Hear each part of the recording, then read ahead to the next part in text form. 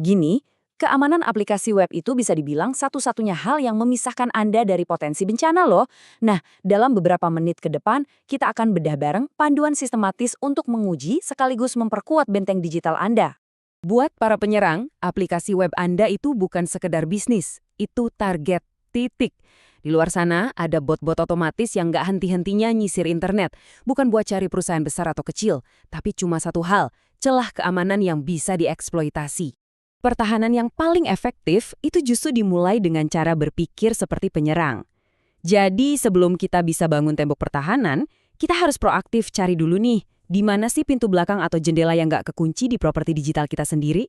Yuk, kita mulai berburu. Oke, untuk bisa paham cara bertahan, kita harus tahu dulu apa yang kita pertahankan. Coba bayangkan aplikasi web Anda itu bukan cuma barisan kode, tapi sebuah benteng digital.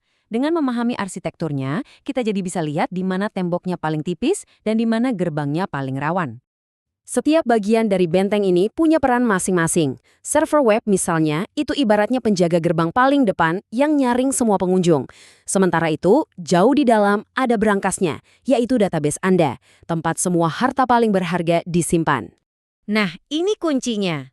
Benteng ini tuh nggak cuma punya satu lapis tembok, ada berlapis-lapis pertahanan. Tapi penyerang yang pinter, itu nggak akan capek-capek nyerang tembok paling tebal.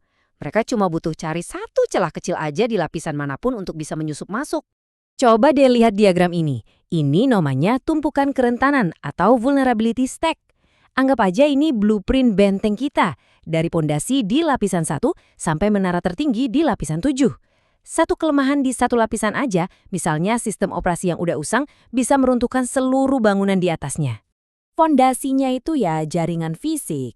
Ibaratnya ini tuh jalan-jalan yang menuju ke benteng kita. Kalau jalannya nggak aman, ya musuh bisa mendekat dengan gampang. Di atasnya ada sistem operasi. Ini adalah tanah tempat benteng kita berdiri. Kalau sistem operasinya nggak pernah di-patch atau diperbarui, ya sama aja kayak bangun benteng di atas tanah yang gampang longsor. Berikutnya ada si server web. Ini penjaga gerbang utama kita.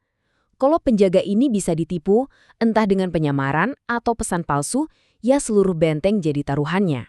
Dan akhirnya di puncak menara ada harta karunnya, kode aplikasi buatan Anda sendiri. Justru karena ini unik, seringkali disinilah para penyerang menemukan celah-celah tak terduga yang nggak ada di aplikasi lain. Oke, sekarang kita udah tahu arsitektur benteng kita. Waktunya kita intip buku contekan musuh dan lihat taktik apa aja sih yang biasanya mereka pakai buat merobohkan pertahanan kita. Ini dia OWASP Top 10. Gampangnya, ini tuh kayak daftar serangan paling sukses yang sering dipakai peretas. Kalau Anda mau tahu metode apa yang paling sering berhasil, ya mulainya dari sini.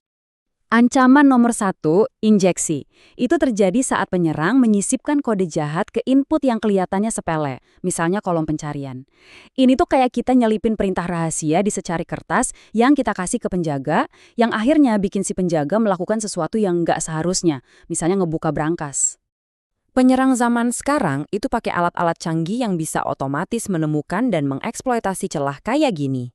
Mereka nggak ngetuk pintu satu-satu, mereka punya semacam kunci pas otomatis yang bisa coba buka semua pintu sekaligus.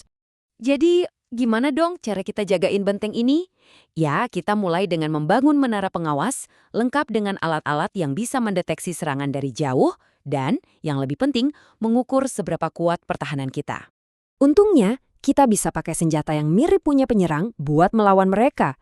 Alat-alat pengujian keamanan ini secara otomatis akan memindai benteng Anda, mencari pintu yang lupa dikunci atau tembok yang retak, seperti SQL injection atau cross-site scripting, sebelum musuh menemukannya.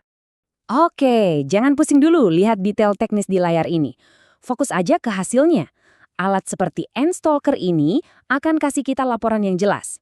Di sini, dia menemukan celah keamanan clickjacking, itu loh trik di mana penyerang menipu pengguna untuk ngeklik sesuatu yang nggak kelihatan dan langsung dikasih peringkat risikonya. Jadi keamanan Anda bukan lagi soal tebak-tebakan, sekarang sudah terukur. Setelah kita tahu titik-titik lemahnya di mana, yang paling penting ya bertindak. Tahu ada lubang aja nggak cukup, kita harus langsung menambah lubang itu.